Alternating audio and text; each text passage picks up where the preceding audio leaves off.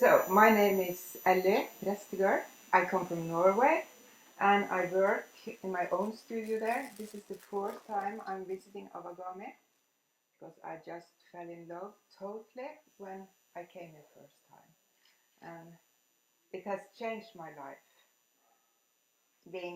learning about washing. So, my name is Bendik. I'm the son of Elly, and this is my first time in Japan. But I've heard a lot about Awagami from my mother. So I'm very excited to be here, and I will be Elly's assistant while we're here. And but I will also do some of my own projects. The place where we grew up, and it's echoed in my heart the rest of my life. Yeah, in this valley, I played in the forest and I fished salmon in the river. This valley is still the cradle of my dreams and my inner power station.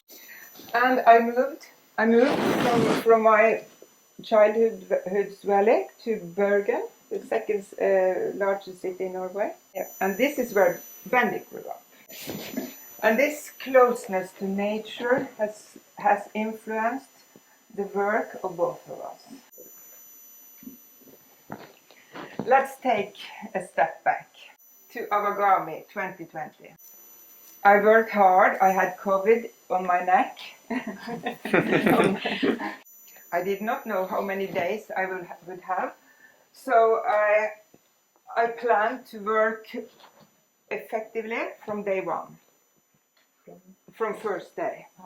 I was working on 2 commissions for school, public commissions. And suddenly, after 10 days, I had to pack up my stuff and go back home. Most of the big things were done.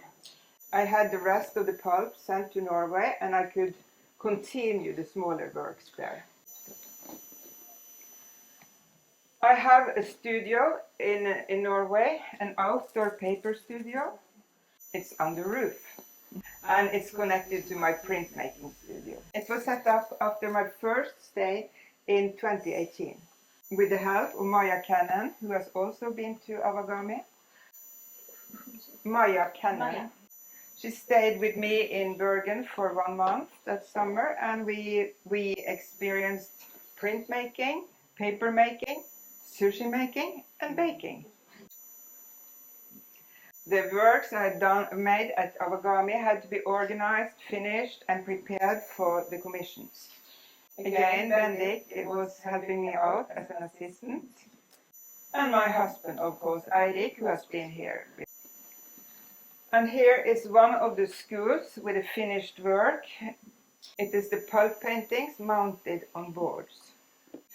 This is part of a bigger commission, and it runs 15 meters down the corridor and goes around the corner, and there it ends.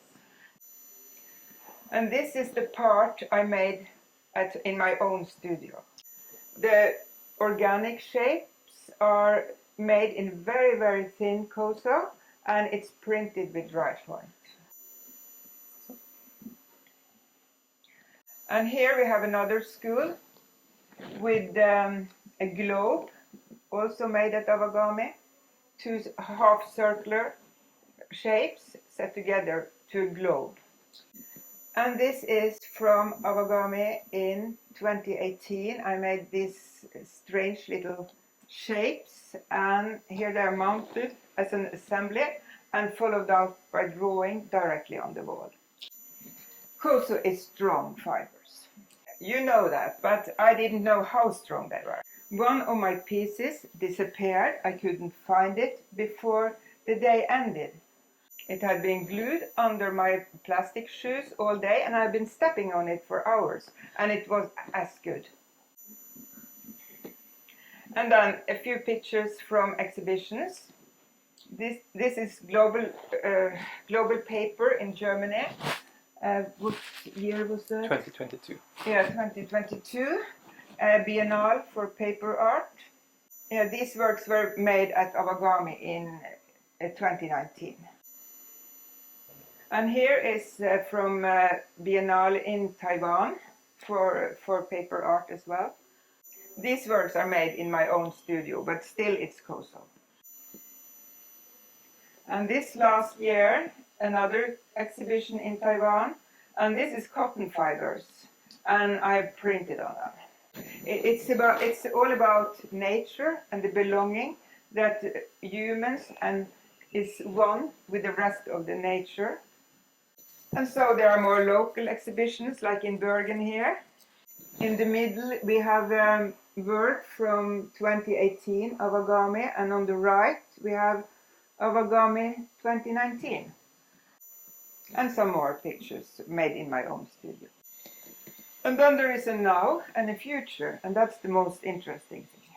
This is the inspiration for what I'm going to work with here, now at Awagami. And now we will show a little video with small washi papers, very, very thin, printed with dry point, hang freely in the room.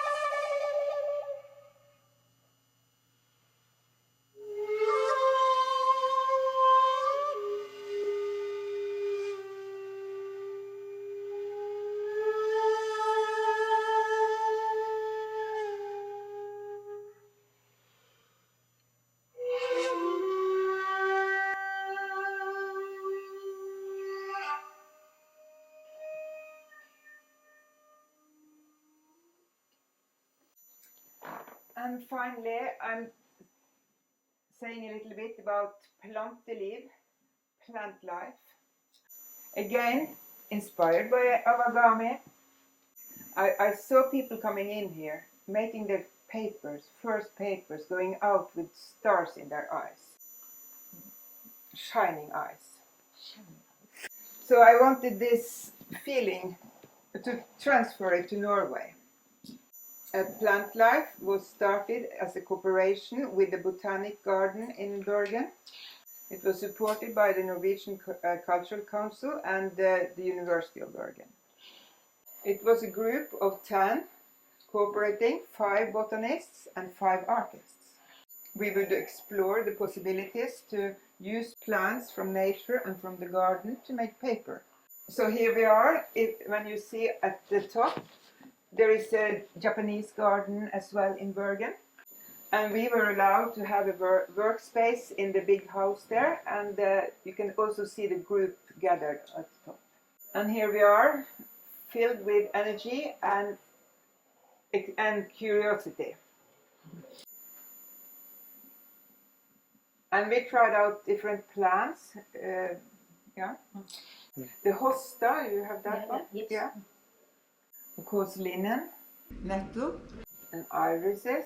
And if you go on, we have the Japanese Knotweed. Yeah, knotweed, which is this is an invasive plant in Norway.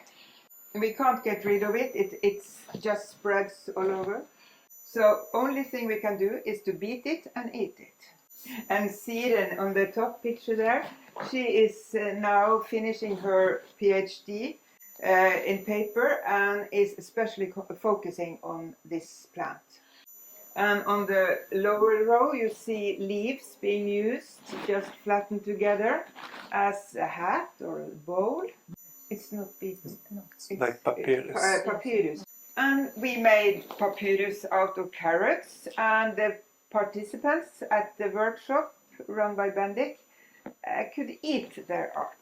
The workshops were defined by social distance caused to COVID, but we managed to get through it, and Bendik and Maria, his partner, was in charge.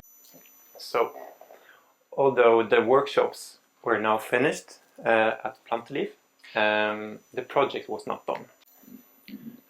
So me and my partner, Maria, we took the experience we gained from the workshop, and it was not the end of teaching for us. So for the last 4 years we have been touring all over Norway, teaching paper making at schools through something that's called the Cultural School Bag. So the Cultural School Bag is a national-wide program to ensure that all schools in Norway get to experience professional arts and culture. So that's some of my background with working with paper, but I'm also working as an artist, focusing a lot on paper.